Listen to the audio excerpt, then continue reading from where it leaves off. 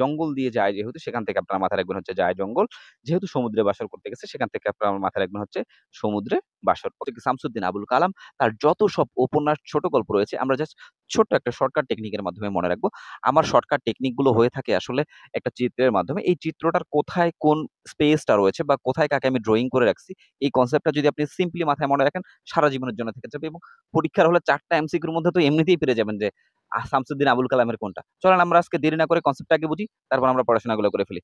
তো এইখানে আপনারা যে কনসেপ্টটা সবার আগে দেখতেছেন, এই কনসেপ্টটা হলো এটা একটা গ্রাম, ঠিক আছে? তো এই গ্রামে একজন ছেলে আছে এবং একজন মেয়ে আছে এবং তাদের ২ জনের বিয়ে হইছে এবং তাদের ২ জনের বিয়ে হওয়ার পর তাদের ২ জনের বিয়েটা হইছে, মানে বিয়ে হওয়ার পর তাদের যে বাসর হয় না? এই বাসরটা হইছে ঠিক এই সমুদ্রের মাঝখানে। বাসরটা হইছে কোথায়?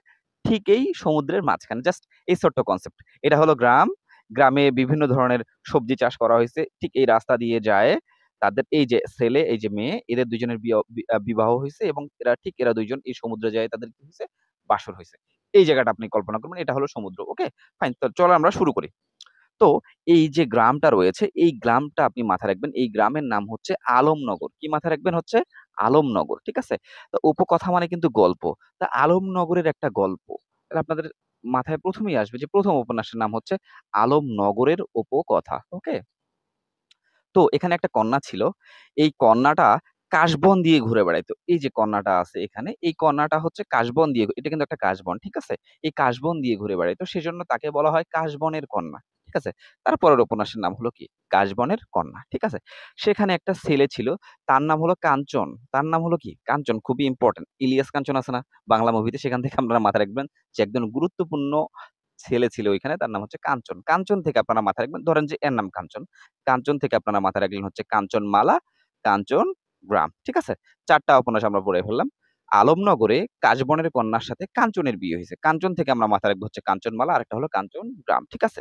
ঠিক এদের ২ জনের যখন বিয়ে হইছে, এদের ২ জনের বিয়েতে মোহরানা হইছে ৳৮০ আনা। কত টাকা আনা? ৳৮০ আনা। ধরেন যে ৮০ আনা। এখান থেকে আপনারা মাথায় রাখবেন হচ্ছে ৮০ আনা। ঠিক আছে? তার মানে তাদের মোহরানা হইছে কত আনা? ৮০ আনা। ঠিক আছে? মোহরানা হওয়ার পর তাদের সব কার্য সম্পন্ন এবং তারা ঠিক এই যায় জঙ্গল, মানে এই জঙ্গলের ভিতর দিয়ে তারা যায়। মানে ঠিক এই যে জঙ্গল আছে না? এই রাস্তা দিয়ে জঙ্গলের ভিতর দিয়ে তারা কোথায় যায়? সমুদ্রে যায়। তার মানে যায় জঙ্গল বা জঙ্গল দিয়ে কি যায়? সেখান থেকে আমরা মাথায় রাখতে পারবো। তারপরের উপন্যাস হচ্ছে যায় জঙ্গল। ঠিক আছে? যাচ্ছে কোথায়? এই যে সমুদ্রে কি করার জন্য? বাসর করার জন্য। ঠিক আছে? তারপরের উপন্যাসের নাম হলো সমুদ্রে বাসর। ঠিক আছে?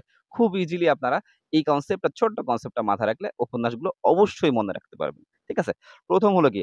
আলমনগরের উপকথা। এখানে একটা কন্যা ছিল। এই কন্যাটা কাশবনে যেহেতু ঘুরে বেড়াইতো, সেহেতু তার নাম হলো কাশবনের কন্যা। কার সাথে বিয়ে দিচ্ছিল? কাঞ্চনের সাথে। এই কাঞ্চন থেকে আপনারা মাথায় রাখবেন হচ্ছে কাঞ্চনমালা, কাঞ্চন গ্রাম। ঠিক আছে? এদের বিয়ে যখন হইছে, এদের বিয়েতে মোহরানা কত হইছে? ৮০ আনা। কত আনা হইছে? ৳৮০ আনা। ওকে? ফাইন। এবং বিয়ের কার্য সব সম্পন্ন হওয়ার পর এরা যায় জঙ্গল। এরা ঠিক এই জঙ্গল দিয়ে কোথায় গেছে? সমুদ্রে বাসর করতে গেছে। মানে জঙ্গল দিয়ে যায় যেহেতু সেখান থেকে আপনারা মাথায় রাখবেন হচ্ছে যায় জঙ্গল। যেহেতু সমুদ্রে বাসর করতে গেছে সেখান থেকে আপনারা মাথায় রাখবেন হচ্ছে সমুদ্রে বাসর। ওকে? আমরা উপন্যাসগুলা পড়ে ফেললাম। চলেন আমরা হচ্ছে কি ছোট গল্প পড়ে ফেলি। ঠিক আছে? ছোট গল্পটাকে ঠিক এইটার মধ্যে ঢুকায় ফেলবেন। ধরেন যে এইখানে আরেকজন নারী আছে। ধরেন যে এইখানে একজন নারী, আমি এই নারীটাকে আঁকায় ফেলছি এখানে। এই নারীর নাম হলো শাহের বানু। কি বলেন তো? শাহের বানু। সে কিন্তু খুব সুন্দর করে একটা পুঁইশাকের গাছের পাশে বা এর পাশে হচ্ছে ডালিমের গাছ লাগাইছে। তার মানে এখান থেকে একটা সুন্দর কাব্য রচনা করছে। মানে পুঁইশাক আর ডালিমের গাছের মধ্যে একটা সুন্দর কাব্য বা পাশাপাশি বুনে তাদেরকে একটা সুন্দর মধ্যে একটা কাব্য রচনা করছে। সেখান থেকে আমরা মাথায় রাখবো হচ্ছে পুই ডালিমের কাব্য। এই পুই ডালিমের কাব্যকে রচনা করছে শাহের বানু। সে কোথায় অবস্থান করতেছে? ঠিক এই গ্রামে। এটা হলো কি গল্প? ছোট গল্প। মানে এটা তো উপন্যাসগুলো আমরা পড়লাম। তো এই গ্রামের মধ্যে এটা তো মেইন গল্প। এর মধ্যে আরেকটা ছোট গল্প ছিল এই যে শাহের বানুর গল্পটা। এই শাহের বানু কি করত? শাহের বানু পুই ডালিমের কাব্য নিয়ে সে কি করছিল? ছোট গল্প রচনা করছিল। এই ব্যাপারটা আমরা মাথায় রাখবো।